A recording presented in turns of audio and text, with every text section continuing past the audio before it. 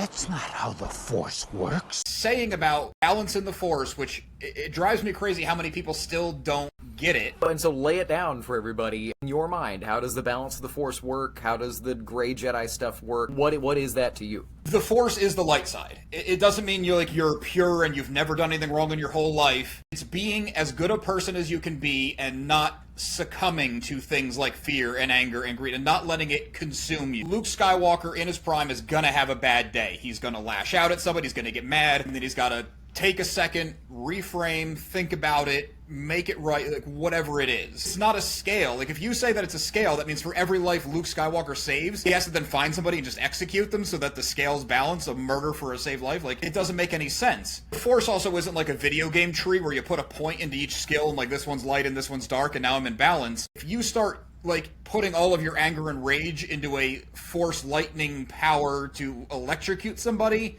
that's an evil thing to do. You can't just like then go and save some puppies and make it okay. Like you're making these conscious evil choices. Yoda even says it will consume you. Like forever will it dominate your destiny. Balance is being in the light, and the dark is always there. It's always present. It's not letting it take over. That's the goal of the Jedi.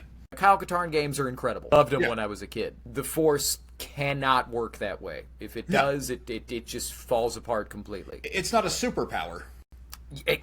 It's an energy field. There is no, I'm going to use Force jump so I can jump. I'm going to use Force speed so I can run. You're channeling energy into your muscles, your blood vessels. You're thinning the air. I forget what Legends book it was, but there was this really cool scene where Luke is stuck in like a crevice of a volcano or some kind of hot spring or something was going to like cook him alive. And it describes how he uses the Force and gathers it under him and just flings himself.